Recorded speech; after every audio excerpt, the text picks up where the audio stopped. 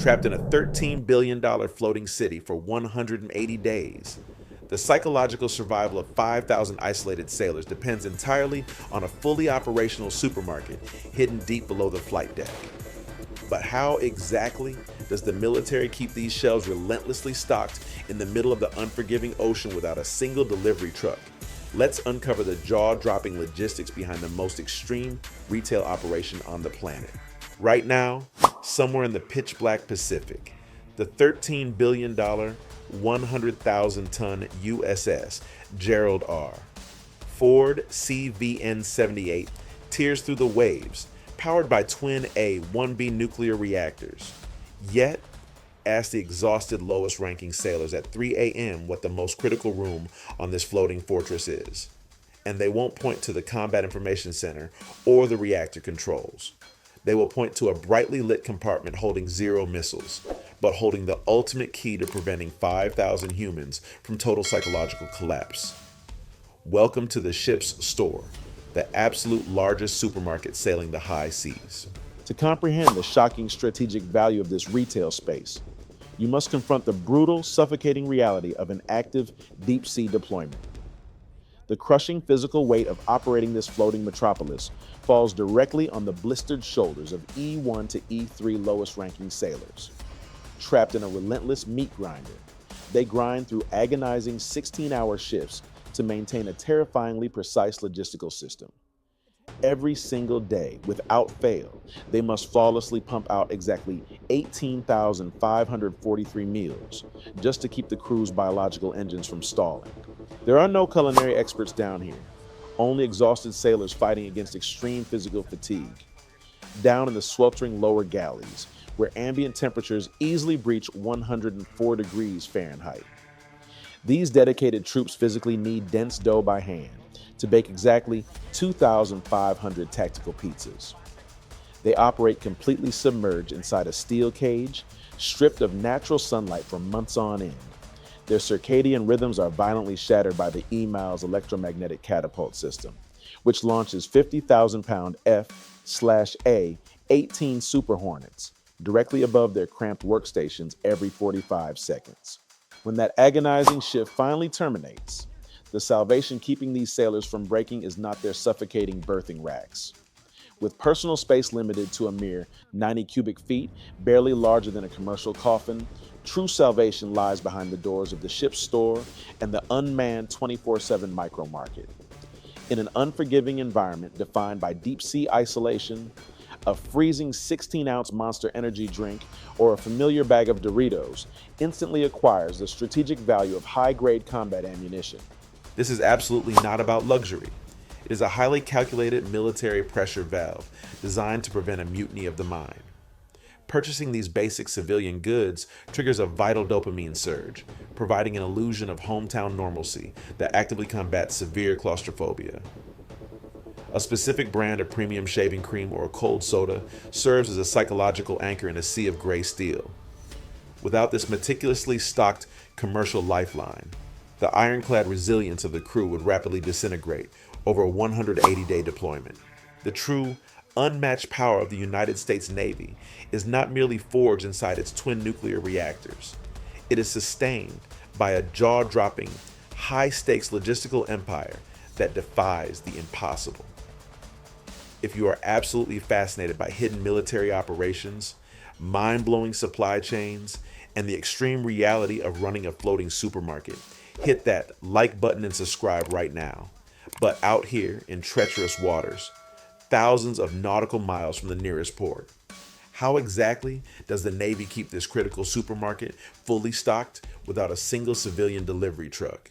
To solve the massive logistical nightmare of restocking the ship's store, the Navy executes underway replenishment, or UNREP. There are absolutely no stationary loading docks in the deep ocean. Instead, a 49,000-ton USNS Supply, TAOE-6, combat ship aggressively pulls up alongside the towering carrier. Both massive behemoths must synchronize their engines to tear through unpredictable waves at a blistering 15 knots. These two colossal vessels sail perfectly parallel, separated by a microscopic margin of error measuring just 150 feet. The immense displacement of water creates a violent hydrodynamic suction effect that actively tries to crash the hulls together. A single rogue wave or slight steering misalignment would trigger a catastrophic collision.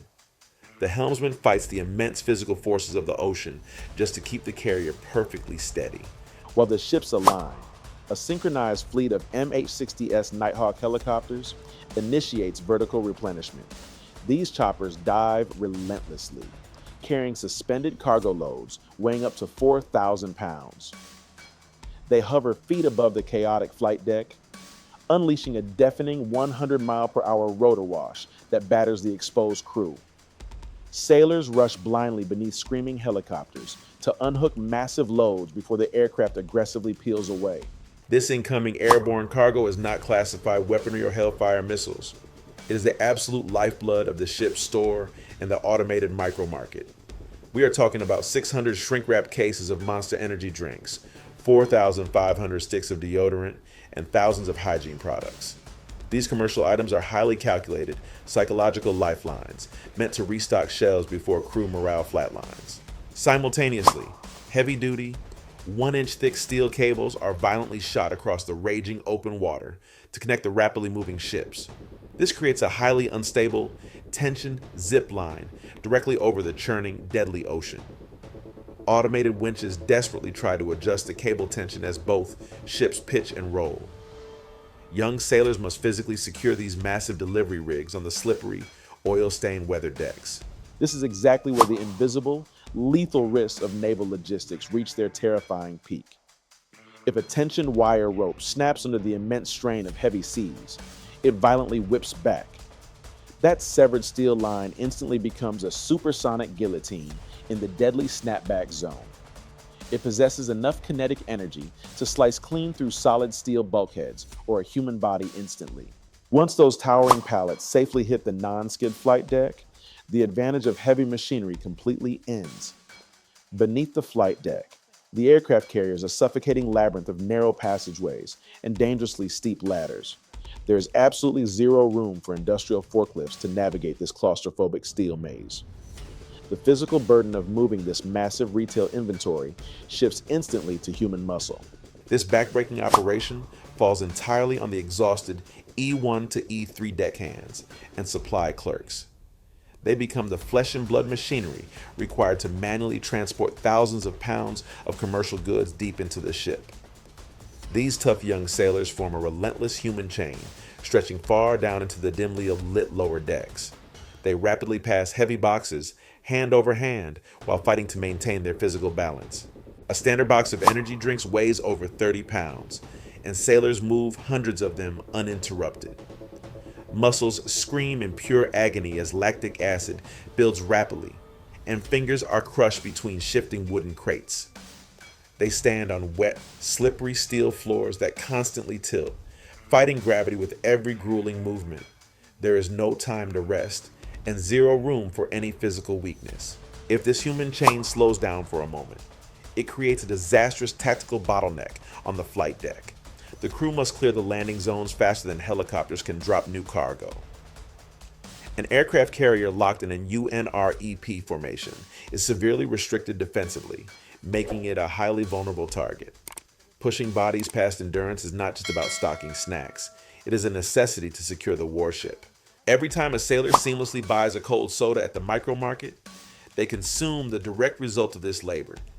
Imagine unloading a fully stocked Walmart, but your floor is constantly pitching violently at a 15-degree angle.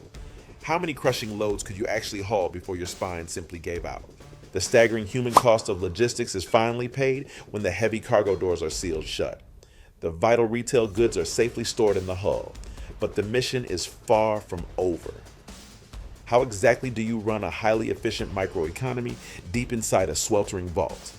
And why does a simple cup of coffee hold life or death significance? Stepping through the heavy, watertight bulkheads into the ship's store feels like entering an alternate dimension. Deep within the steel bowels of the USS Gerald R. Ford, cash is completely obsolete.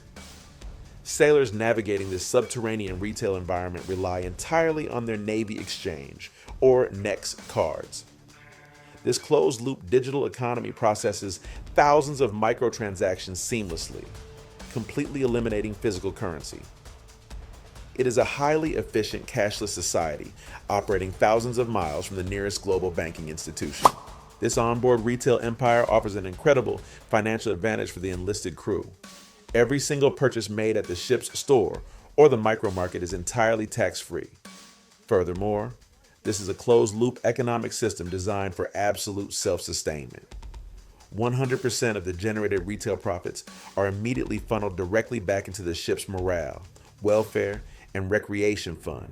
Buying a bag of chips actively finances gym equipment, movie nights, and vital recreational activities for the entire 5,000-person crew.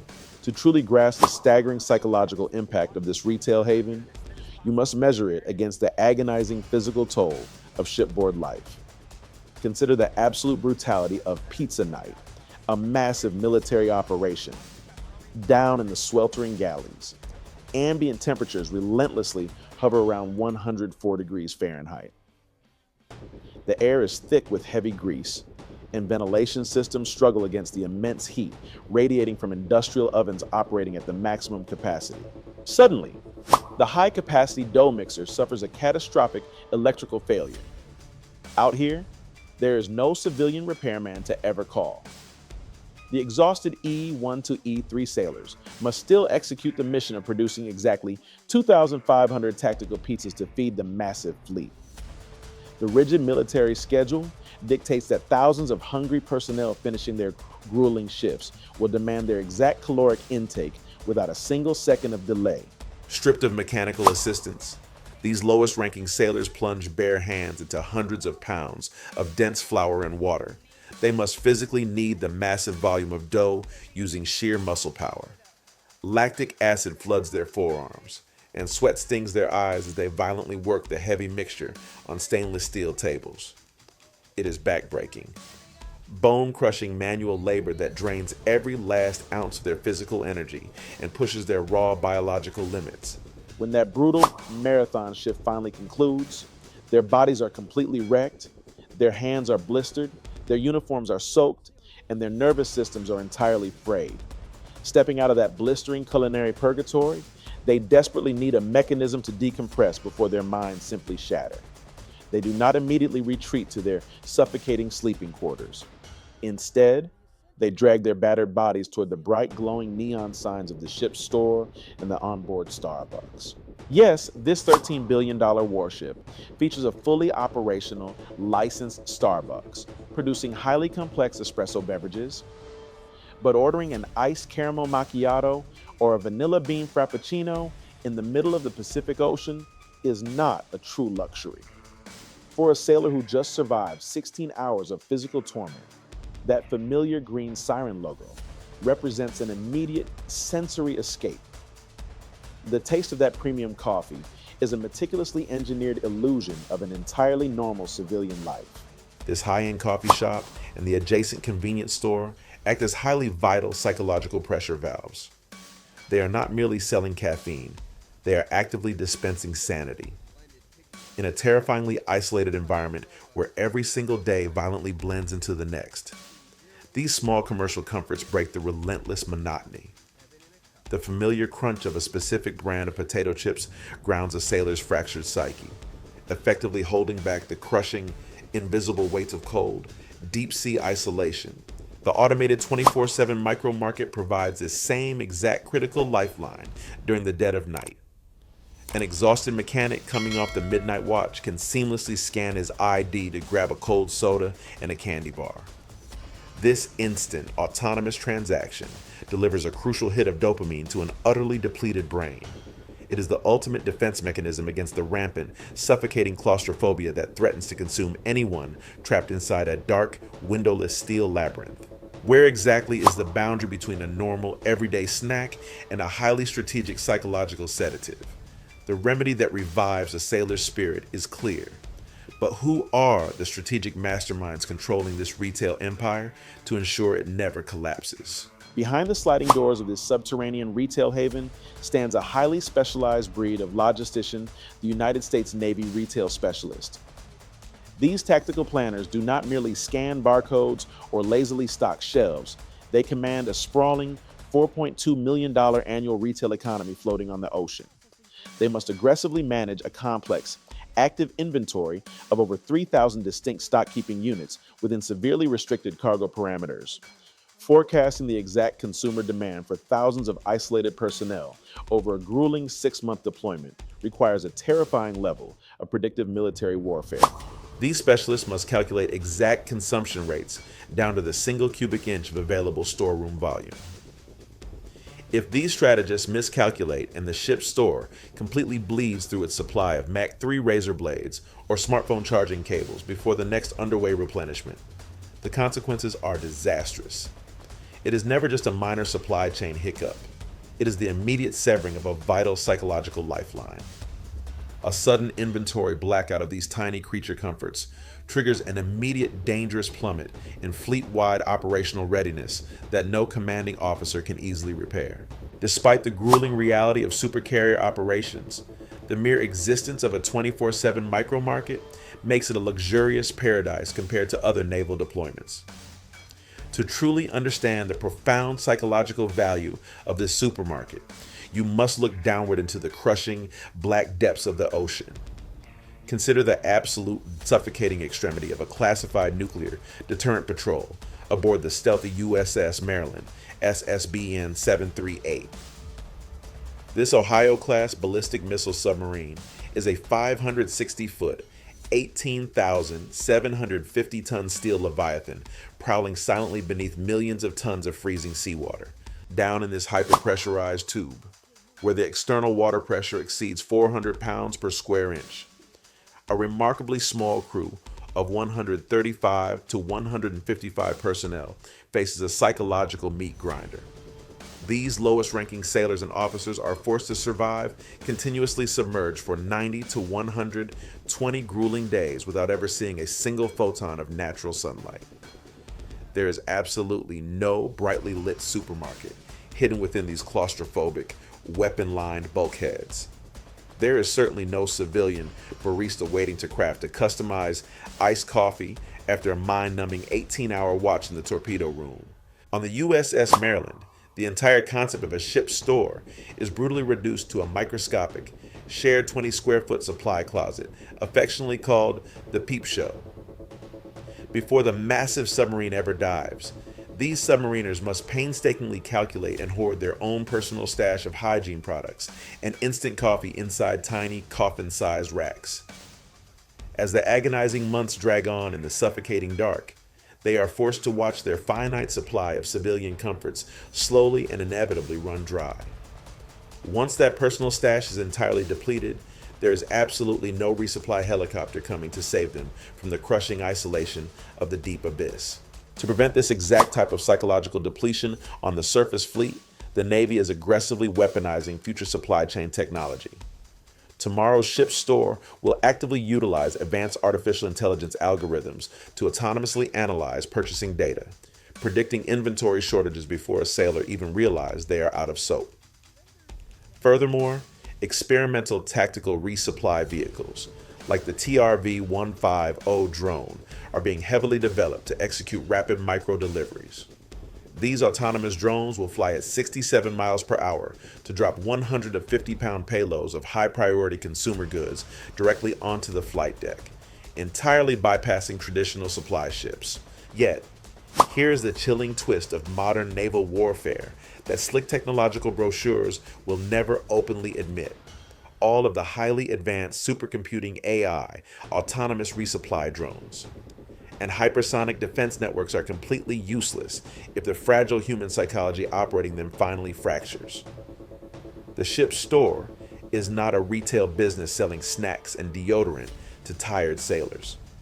It is a highly classified mental defense system actively selling the preservation of human sanity to keep a $13 billion war machine from tearing itself apart from the inside out. If you were trapped deep underwater inside a pressurized nuclear submarine for 120 days without a single drop of sunlight, what small, specific item from a supermarket would be your ultimate psychological anchor against total despair? Let us know your survival item in the comments below. If you want to continue diving deep into the untold high-stakes realities of military logistics and extreme human endurance, hit that like button and subscribe to the channel right now.